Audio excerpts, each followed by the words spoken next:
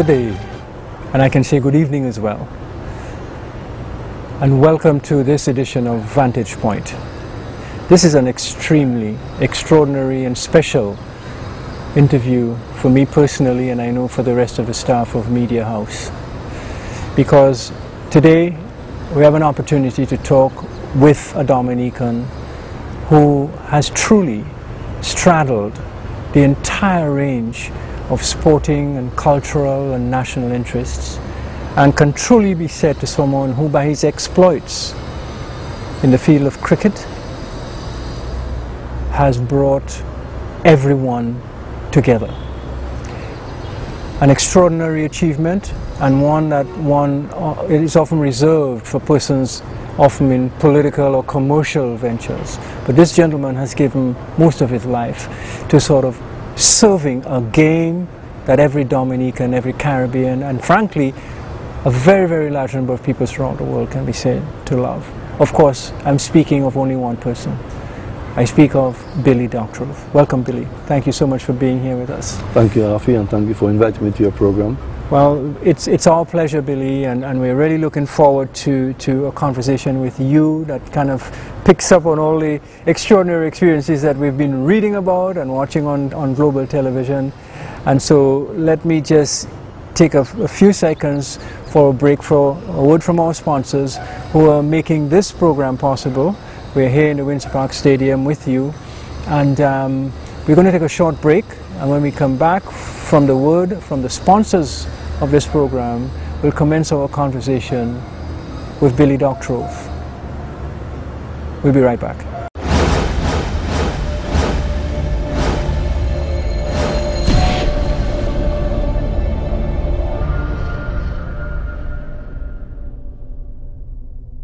Welcome back. And we're back with Billy Doctrove, and as you can see, we are in this wonderful facility, the Windsor Park Stadium. Behind Billy and myself is this extraordinary vista of the hills of Dominica, and of course this extraordinary facility, the Windsor Park Stadium. But we're here to talk with Billy Doctrove, about Billy Doctrove, and about Billy Doctrove's exploits in cricket. And just to remind us, because we are so often forgetful, just a few dates. Billy started his involvement in cricket a long time ago, and we will hear about that. But for purposes of our discussion, he made his debut as a senior umpire in 1998, and Billy can correct me if any of this is wrong. He became a member of the International Panel of Umpires in 2004. And 2 years later, 2006, Billy became a member of the ICC Elite Panel of Umpires, which is apparently as high as you can go in the umpiring game. Billy stood, as the record shows, in 38 tests, 112 one-day internationals, and several other types of forms of the game that he can discuss with us. And this year, 2012, Billy retired from the game, but has already announced that he's very keen on continuing some form of engagement in a way that would actually help the younger generation. Billy, let's talk about your journey. Where did it begin? You picked the moment where, from your perspective, you had an experience or an engagement or an interaction with people who, one way or the other, eventually pointed you in that direction, which led you to eventually that elite panel of umpires. Rafi, well, it seems that you have done a lot of homework in this program about me.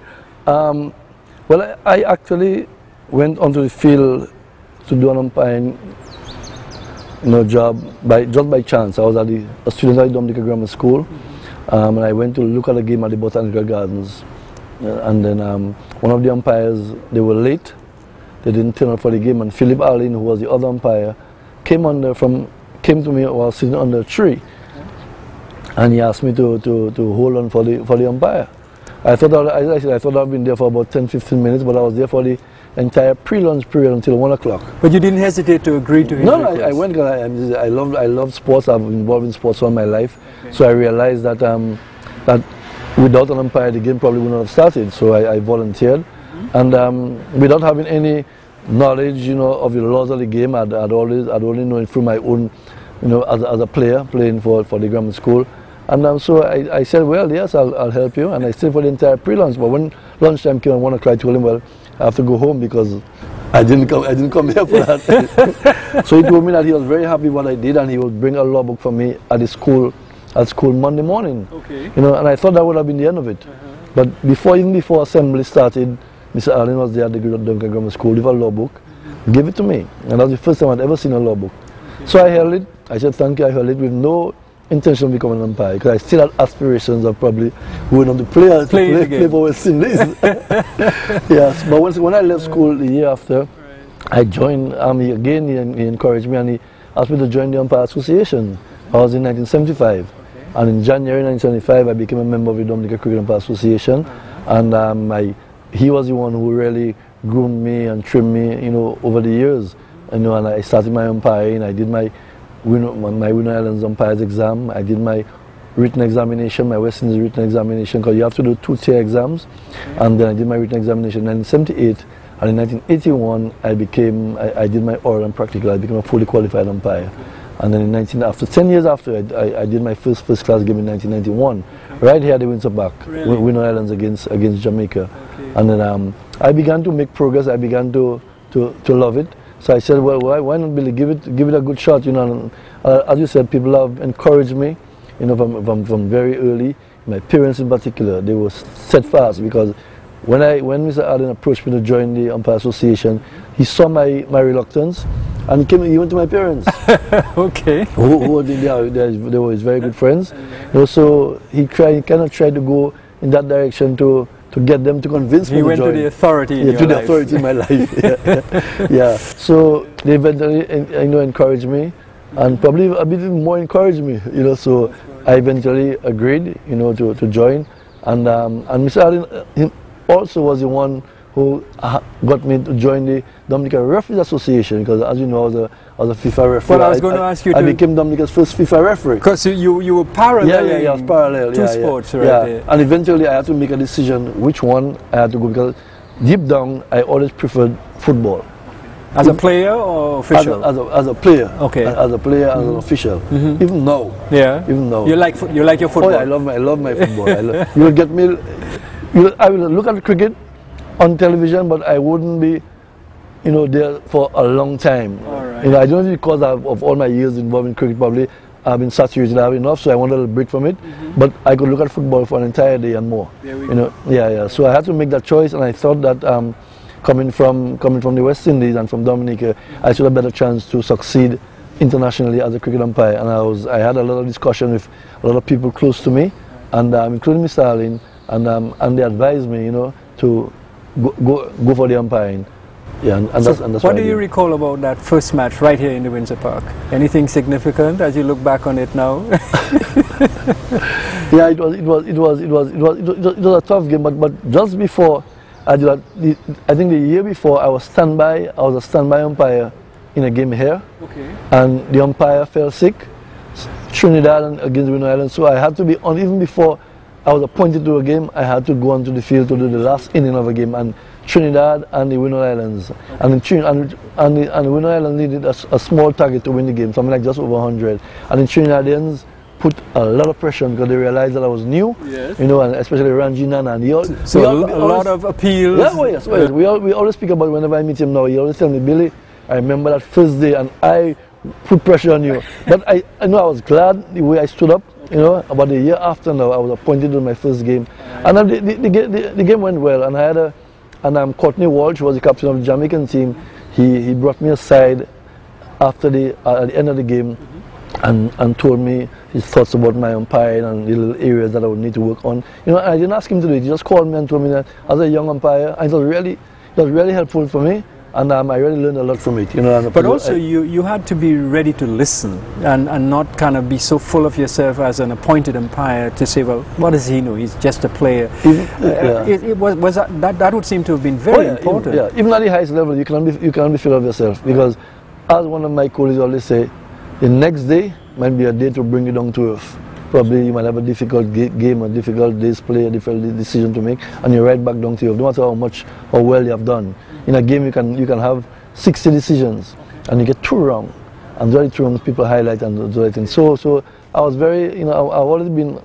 I pride myself, I say, on being a very good listener. I've always been a good listener. I realized that in that kind of career, you have to learn from people, and it has done Let's well. fast forward a little bit on the journey. Your appointment to the International Panel of Umpires, 2004.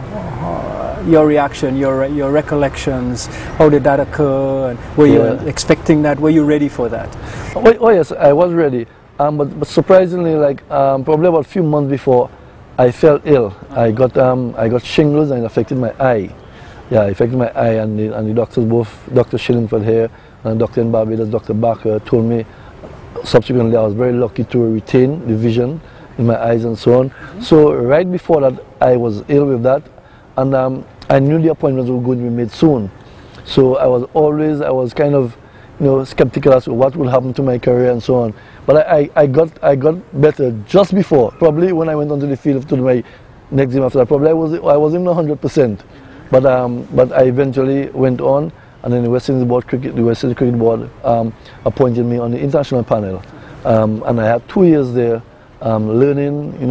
I traveled. I did my first overseas assignment in Sharjah, that's in the United Arab Emirates. When there was a lot of war in that area, right. yeah, there was a lot of war in that area. So I even asked myself, why are they sending me to that area? It's because nobody else wanted to go. So You're a tough guy, Billy. That's why we say. Yeah, so I eventually went, and everything worked out well. And from since then I was really making progress, and I really decided to give it my best shot. And in 2006, I was appointed by the ICC on the elite panel, and that was probably my probably biggest major achievement. When that news came across to me, I was really elated, and my family and so many people, all over the world. All of us were actually just not only astounded but pleased and proud, and but we can only imagine what did you feel? I mean, is this something you had deliberately set out to get to, or is it something that just happened because of your steady, improvement in your? But at the beginning, I didn't set out for that at all. But when I started to make progress, and when I was appointed on the international panel, I said that there's a possibility that I go on to the highest level. So I started really working hard at my umpiring, doing as many games as possible all around. I think I've umpired in every nook and corner in Dominica and in the Windward Islands. So, but it's a lot of sacrifice, because umpiring, especially in our situation in the Caribbean, where we play, we're not professionals. We have to play amateur sports, and all our sports are basically on the weekend. That's when, as a young person, you have to go out and have a good time with your friends. I have to forgive a lot of those things, Even my wife, because before she was my wife, she told me, so Billy, every weekend you have to go out and umpire. You cannot bring me out to the beach like a little guy and so on. So it's a lot of sacrifice that you have to make. But you said something that I wanted to just pick up on before we just take our first break. You said you umpired in every nook and cranny of Dominica, and that helped you? How did that help? A lot. It helped me to first of all, because every game of cricket is different, and you learn from every game. Whether it's a school game, whether it's whatever game, you learn from it, and it taught you to realize that okay, if you want to aspire to the highest level, but you have to start from actually grassroots. Okay. On that note, let's take our first break. We're going to come back for a continuing conversation with Billy Doctrove. But as you can see already, some sparkling and astounding new insights into this lovely game we call cricket, and from somebody who has been there, seen it, done it, and been with the greats. We'll be right back after this break for a word from the sponsors.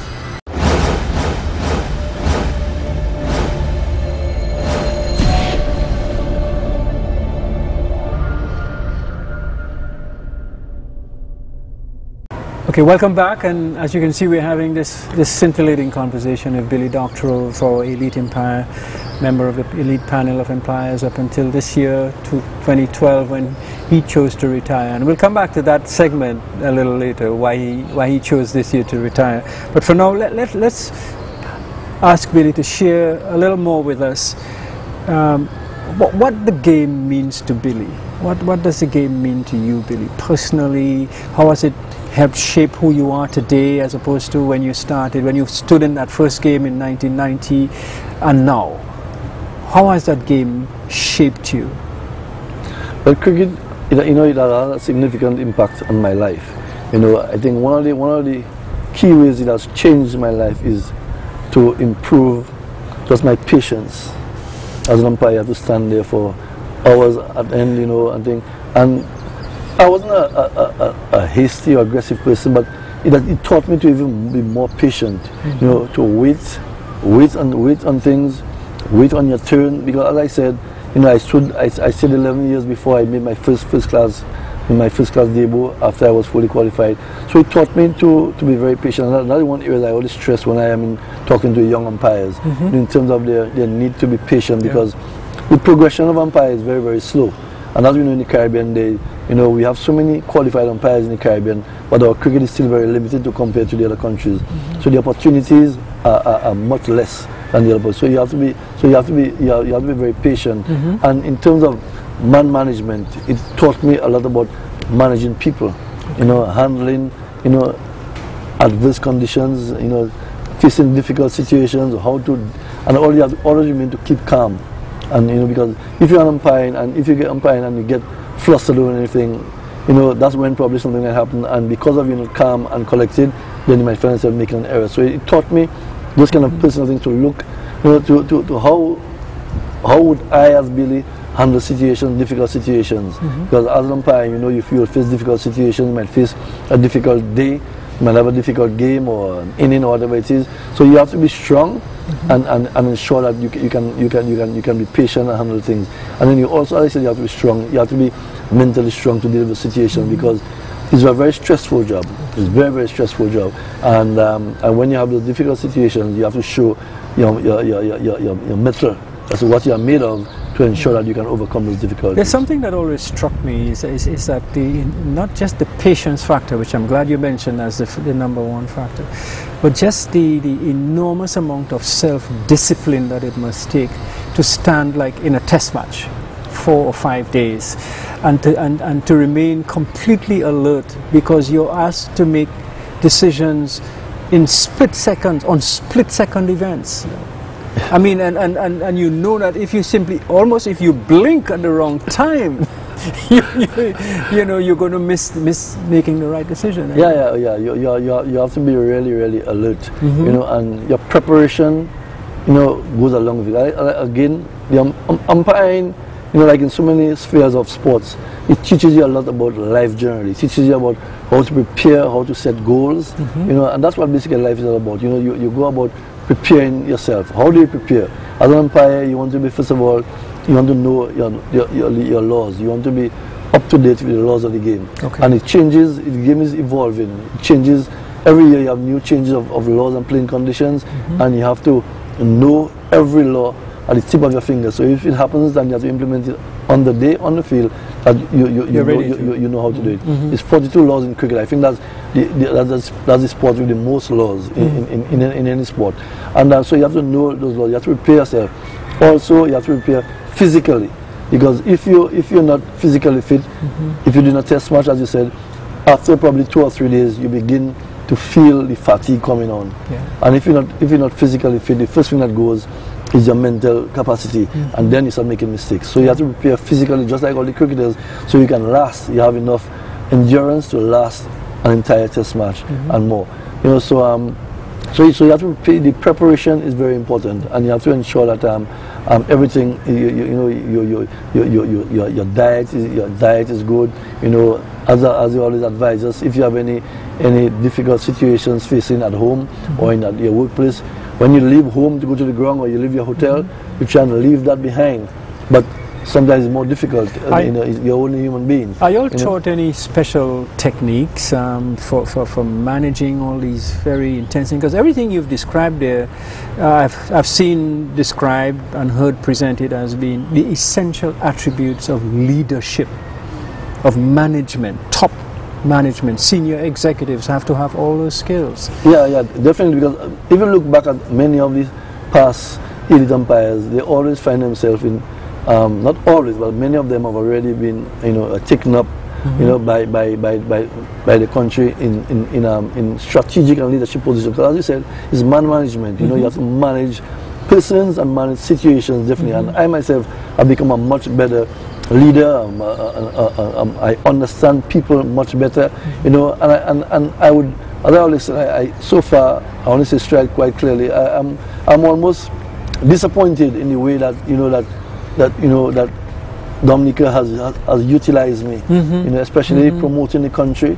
You know, many other areas you would find somebody. I don't want to push myself in any situation, but persons with that kind of experience and knowledge, you know, are being utilized, a lot of it, especially in the tourism industry, to promote the country. And I myself have been approached before. I have made myself available, but for some reason, I think as I said, I think I don't want to tread on anybody's corns, but I have been critical of the way our tourist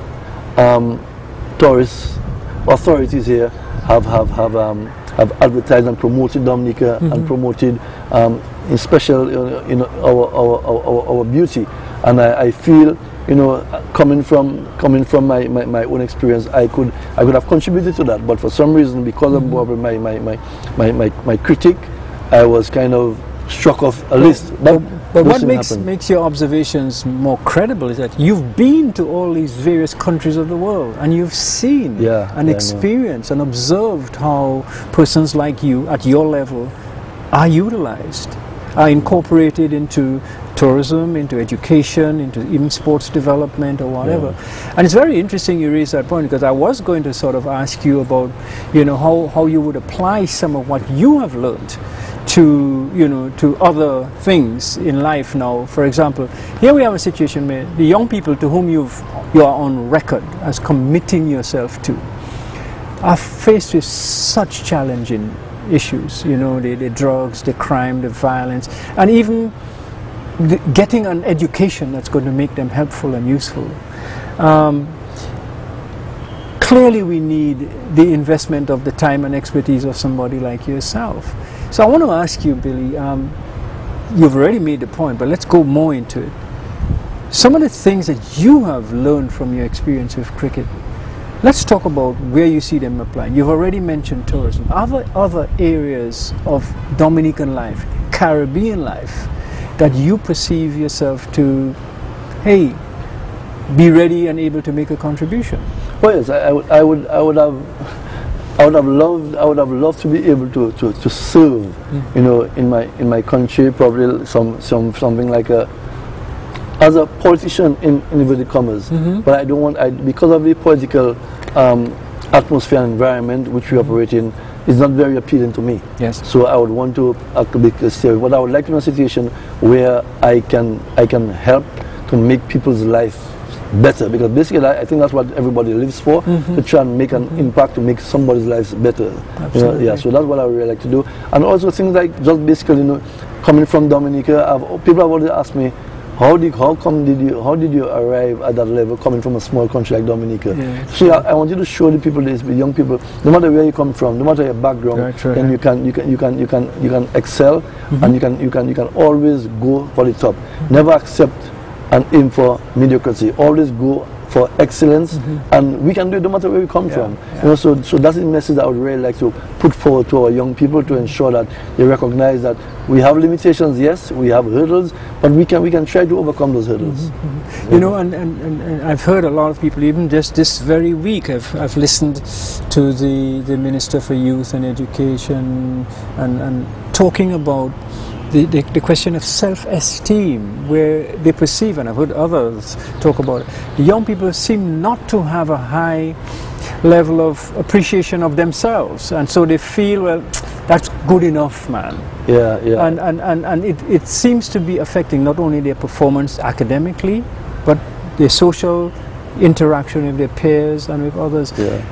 That clearly calls for this kind of... Yeah, I think for young people, one of the criticisms I have of them, I'm not a prophet of doom and gloom. I believe our young people have a lot to offer, but one of the criticisms I have is that they want to see things happen overnight, even for themselves. They want to see, you know, their careers develop so quickly, you know. But I said you have to develop some patience. And with, as an umpire in particular, you want a situation where you have years of making small steps of progress, you know, and you have to develop, you have to be groomed properly. Not a situation where you can fast track people. Yeah. You know, you have to go through the ropes, go through the under 19 games, go through the under 21 games, go through the regional games. And do well at every level. Do well at every level. Yeah. You know, about every year you set goals and tell yourself that you want to know that when you look back from last year, that you feel that you have done better, you have improved this year.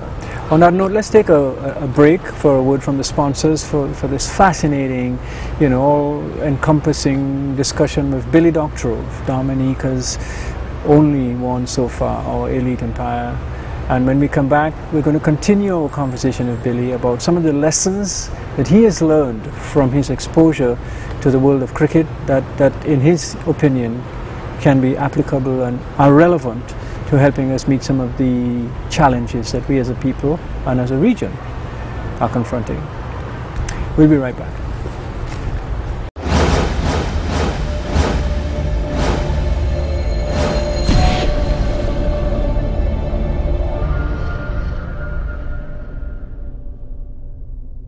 Welcome back, and as you can see, this is a conversation we should have done a long time ago, but actually it's better late than never. We're with Billy Doctrove right here in the Windsor Park Stadium, and as you can see in the backdrop again, this wonderful green hills of Dominica, and of course the Billy Doctrove Pavilion right in the backdrop here, just in some way recognizing the contributions of this man. But Billy, I want to not shift gears but go a little deeper. This gentleman, C.L.R. James, a Trinidadian writer, politician, philosopher, cricketer. He played cricket with Larry Constantine, Larry and so on. And, but he wrote this book, which many have called the greatest book ever written on cricket or about cricket, a book called Beyond the Boundary, which he did almost exactly what you've just done in the previous segment, kind of started drawing lessons from the game for life. And let me share with you a quote from the book. He was talking about what cricket meant to him and some of the lessons that he learned. He said, and I quote, "I never cheated. I never appealed for a decision unless I thought the batsman was out. I never argued with the umpire. I never jeered at a defeated opponent. From the 8 years of school life, this code became the moral framework of my existence, and it has never left me." Close quote. C.L.R. James. An astounding expose of the question of values, principles, the ethics of life that I know your parents worked hard to impart to you, and certainly the world of cricket and the discipline that it extracted from you must have underlined and underscored throughout. Let's react, let's have Billy react to C.L.R. James's word and make your own observations on the values part that you got out of cricket. Well, I have a difference with C.R. James. When I used to play, I used to appeal when I know players were not out. Okay. I used to try to win a decision, win over an umpire. But it has taught me a lot. Like I said, it has taught me a lot about myself as to how I deal with certain situations. In particular, difficult situations. How to be strong mentally to overcome the situations. If you look at the incident with when we had that game in England, right? England against Pakistan, when that game was called off, that probably was the low point, not only in my umpiring career but my whole life. You know, in terms of how, the way it happened, it just developed, and it just happened so quickly. And what happened a week or 2 weeks after that, I had to be mentally strong to recover from that. Do you care, just for the record, to kind of capsulize what happened? What was the incident? Because I'm sure there's some people watching this program who don't either recall. Do you care to? Just so people understand why you're extracting the lessons from that. Well, the incident was the umpires had said that both umpires had said that Pakistan had interfered with the ball. Okay. They were guilty of ball tampering, and then when we had to change the ball and award penalty runs to England, the Pakistani team basically did not come back out after an interval to play because they were upset. They didn't agree for a decision, and they were upset, and eventually we had to award the match to England. And that was the first time in the history of Test cricket that ever happened. Okay. So subsequently to that, the first week or 2 weeks where we had the English media, who I could tell you, they are probably the most, they can hound you. They're brutal. Yeah, they're brutal, I can tell you that. Yeah. And within the first week after that, if I wasn't strong, probably I would have just fell apart. You know, and that's where, that again, I don't want to stray, but that is one of the disappointments I have in terms of the support I had from our West Indies Cricket Board. My colleague, the next day when it happened, he was from Australia. The Australian Cricket Board was on to him, offering medical advice, legal advice, all kind of technical advice. I was basically on my own. And no such thing from the West Indies Cricket Board. Unfortunately, I have a brother in England, and I had to go there the week after to just free up my mind because it was a real difficult situation. So that taught me a lot of lessons as to how to be mentally strong and how you have to prepare yourself for those things. Cricket, again, cricket generally, as it has taught me a lot. Just looking at how the teams react to something like basically reacting to a victory, reacting to a defeat. How do people react to the situations? How do you as an individual react when things go bad for you? When you have done well in a game, you feel elated. When things go bad, how to overcome and prepare next day. Like I said, the teams they have their backroom staff. They have all of them can come together. But you as an umpire, basically, you're on your own and you have to do it on your own. Yeah. So it has taught me a lot of lessons about general life, about how to go about living. As you said, your discipline, your preparation. You have to be disciplined as an umpire to ensure that you do not stray from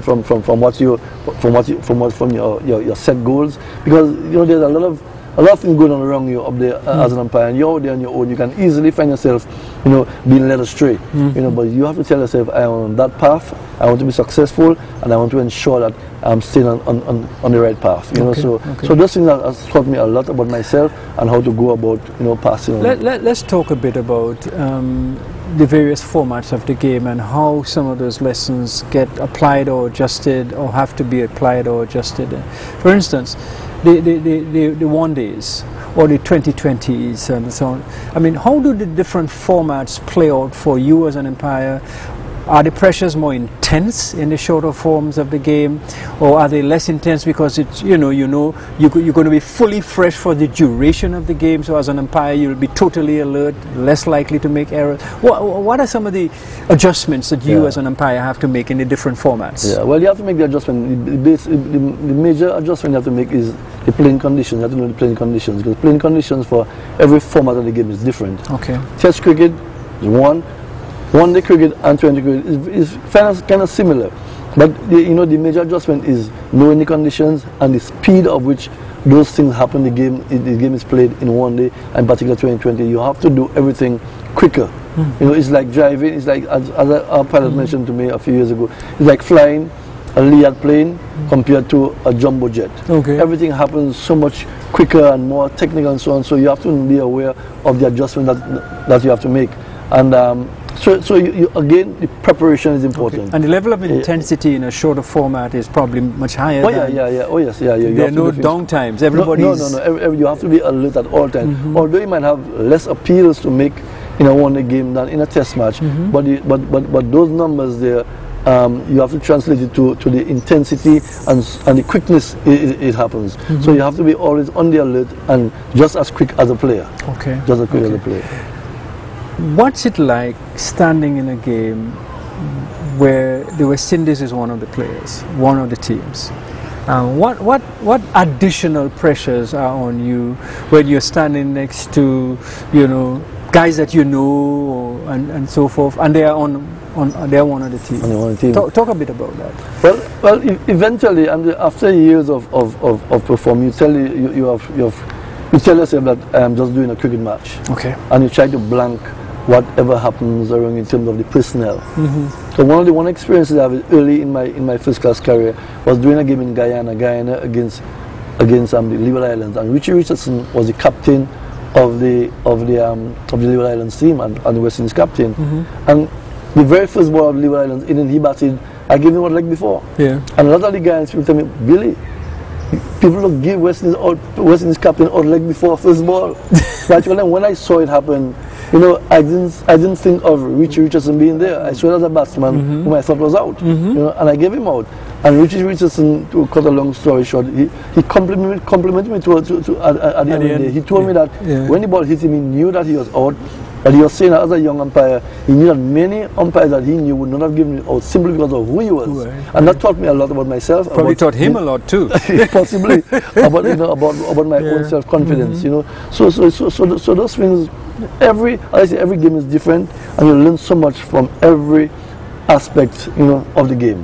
You know, so basically, yeah, that's what you look at those things. Competition. Good for us, good for a society, good for a culture, good for a people. Is it intense competition good, or is there a point where competing kind of becomes negative?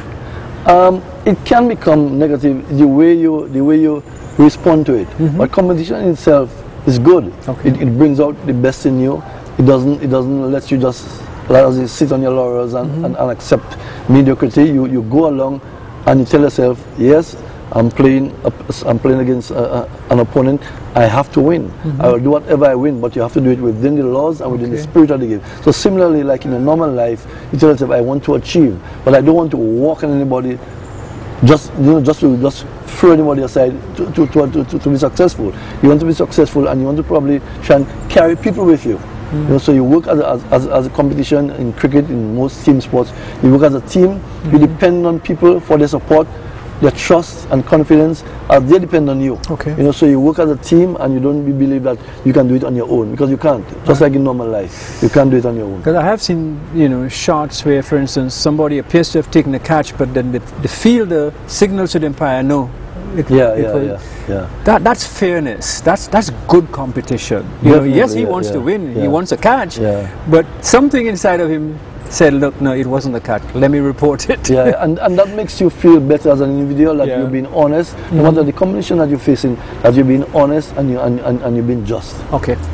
All right. We're going to take one more break, and then when we come back, we'll come back for a segment where we will attempt to have Billy explore his thoughts on the current state of cricket, various events that have occurred in cricket in the last several years, and maybe a sense of where does Billy Doctrove perceive the game going in its various formats, or whichever one he chooses to concentrate on. So we'll be right back after this word from the sponsors.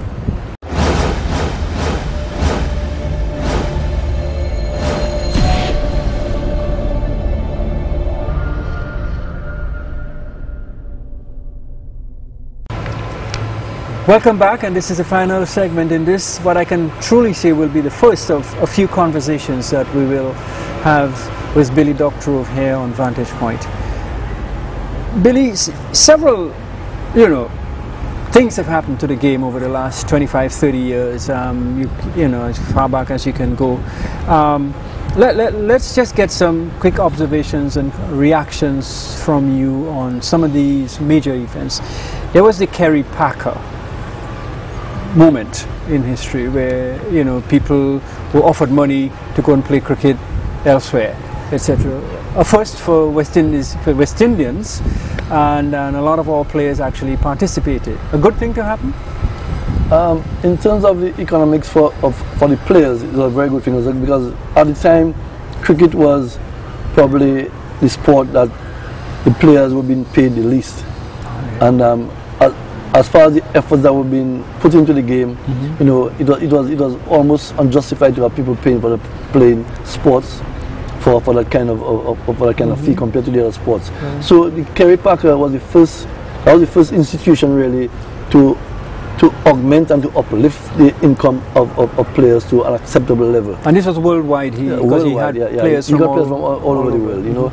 And it was unfortunate that there was that split in relation to the normal, to the recognized cricket, so the guys had to more or less kind of, you know, just abandon playing for their countries, and that was the unfortunate thing. Whilst they themselves benefited personally, but the country and the game itself kind of probably were affected negatively.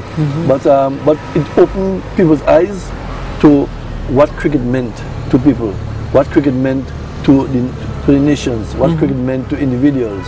So I think it was a learning experience for everybody concerned, everybody involved, and generally I think we can look back and say that was the turning point, the major change of cricket. Okay. Cricket. There was another significant development. I think it occurred soon after the Kerry Packer thing, or maybe you can correct me if I'm wrong. When the West Indies players were invited to go to South Africa, apartheid was still on, you know, and so forth, and it created a huge furor. But some interesting things happened that were good. Vivian Richards, quite over and above his exploits on the field, rose in so many people's esteem by the stand that he took in resisting, as he said, what was a blank check that was offered to him by the South African government of the day just to come over and play cricket in South Africa.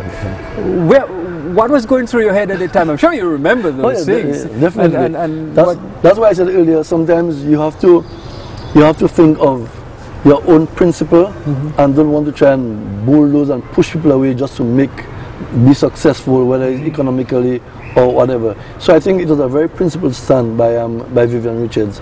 And the players, I don't want to be critical of the players who went. I suppose it was an individual decision with everybody standing by their own principles about it. But I think it taught us a lot in terms of what we as black people, what black people meant to each of us. The struggles that we have fought over the years. Was it just to make an extra dollar? Was it just to decide that you're going to be famous? But you wanted to actually send out a lesson out there that I am not for sale. And quite a few of the players stood strong. But the players who went, I don't want to be critical of them because some of them can look back and say, well, that helped them to overcome their poverty or the income that cricket had. It was not sufficient, and they tried to do what they had to do. So it's a personal decision, but it was a major again, eye opener. It was a game changer. Yeah, it was a eye opener. And when I was doing one of the exams that I was doing around that same time, they asked me in the exam if I was offered $1 million. I can never forget, if I was offered $1 million to go and umpire in South Africa, where I would have gone. Yes. And I obviously, not because for the exam purposes, but I just felt that I wouldn't have been comfortable with it. So I said no, I would never have gone, not at that time. Because as I said, it had to mean something to black people, as to where you stand and your principles. And it also said something about the game and what the game stands for, the kind of the fairness factor in the game, the gentlemanly component of the game, and so on. Let's talk a bit about right around that time, or soon thereafter, a film was made seeking to document the power of the West Indies team. I mean, the brutal brilliance of batsmen like Viv Richards, Richardson, and all the others, and so on, and the bowlers, the Marshalls, and all the others. The movie Fire in Babylon, which celebrates achievements and accomplishments of a lot of people from, as you said earlier, tiny little islands. Here we are in the Caribbean. Nobody knows where we are. We're dots in the ocean. And yet, that group of men rose and dominated cricket for many, many, many years. Have we, as a Caribbean people, understood and drawn these lessons from that golden era of West Indies cricket? I think we have to look at the mentality of the players in those days compared to now. I think it's like chalk and cheese. Those guys were determined to go out there to succeed, not only for themselves but for the entire region. And those guys put in a lot of work, a lot of effort, and they were really committed to the game. Right now, because of the game being so commercial, you have guys, playing cricket now and make so much more money than those guys before. So because basically if you play cricket for the West Indies consistently for 3-4 years, you become a millionaire. And those guys never became millions over. So they were really fighters, and I think that film you mentioned there it goes to show it was apparent, you know, that the kind of effort those guys put in, you know, and it is a lesson for our players now. That's why I think one of the ways that the West Indies team now prepares is that they look at the film, they look at the film, and it sends out a strong message that this is the way that you have to fight for your country, this is what you fight for your nation. So I think it has taught us a lot. We have a lot of changes to make in our cricket if we want to return to the dizzy heights. Okay. First of all, in our administration, of cricket in the region, I don't think we have kept pace with the change of the game. We're not professional like in the other countries, and our players themselves, we have to make changes in terms of our mentality and what cricket means to us as individuals. Let me ask you, did the period of Alan Stanford and the sticky wicket phenomena in Antigua and Barbuda, was that a net positive contributor? Did it give us a little chance to see what is possible with another type of management and administration, a new vision of cricket? Was that the good part, apart from everything else? Do you care to comment on the Alan Stanford era or period of cricket? Yeah, the Alan Stanford, I think it was a very positive thing for our cricket. It ended up sour, and that's really unfortunate because he's a gentleman I had a lot of time for in terms of his willingness to help. And what if he had ulterior motives? I don't want to comment, and I'm not sure. But he was willing to help West Indies cricket, and that little window of opportunity it offered our players, you know, let them realize that they could make a successful career out of cricket, and it improved interest among a lot of young people in cricket in those days, because you have each of the islands, and it gave more exposure because each of the islands have to select their own team. So normally you'll probably find a guy from St. Martin who not have been able to play at that level, but he was at that level being exposed. So it exposed a lot of our cricket, and I think it taught us a lot. Unfortunately, it was never his organization and the West Indies Cricket Board. I don't think that they really meshed and worked hand in hand as they were supposed to. But it's something that we could have used to develop our cricket. But like I said, unfortunately, because of the circumstances, the incident that happened there, it fell flat on its face, and I think that we were the losers. Let's continue along that same line. What are some of the other things? You started talking about administration and management. Are there some things at the local level, national level, club level, that you think need to be put in place if we are to, you know, reclaim some of those giddy heights of the Fire of Babylon days? What are some of the things you would recommend for the future of cricket? One of the first things I'd recommend is that our association here needs to look at, and like in every other sport, they need to look at development programs, training programs. Right now, most of our associations in all our sports, we concentrate on running a league. We run 4 or 5 leagues, and we are happy with that. But I always said that a league is something where you demonstrate how you prepare. It is the end factor where how you prepare how you prepare your performance for your performance. So it is an image of how you're going about to excel in. So but your preparation is important. So I think our development programs need to be increased, where we have coaches, working more in terms of coaching people and not just having a league. And another area, and that's another area that I'm very strong about, our coaching personnel. Whilst we might have a guy doing a coaching course here for a week and so on, sports is so scientific now and technical. Those little weak courses can help, but it cannot bring our teams to the other level, to a higher level as we would like them to. So sometimes I think in a lot of cases, I think we need to look at foreign coaches coming in to be resident here for a period of time, so our local coaches can learn from them, understudy them, and subsequently they'll be on their own. Because if you look at a lot of the countries that have been successful or improved in all the different sports, in particular cricket and football, those countries have had foreign coaches resident in the particular country for a number of years. So we have our young coaches now understudying them. But we cannot leave our coaches, you know, giving them a week course here and 3 days courses here and expect them to make that adjustment, because the other countries, you know, they far advanced, and I said cricket and football And all sports generally is so scientific now and advancing that we need to keep pace with that. You notice this area you're mentioning, the question of technology in sports, is an area I'd love to have a full conversation with you about, because, I mean, I see it in athletics, I see it in ice hockey, I see it in field, in all, but I do not yet see it being applied in our situation, in our Caribbean situation. Although there might be Caribbean countries doing that, maybe a Barbados or Jamaica, but we certainly need to have a full conversation. Billy, we need to wind this up. Any closing thoughts as we wind up this first of what I know will be a series of interviews? Any closing thoughts? Yeah, well, I just want to say that, well, first of all, I just from a selfish point of view, I just want to say that I want to give thanks to the Lord, first of all, for giving me talent.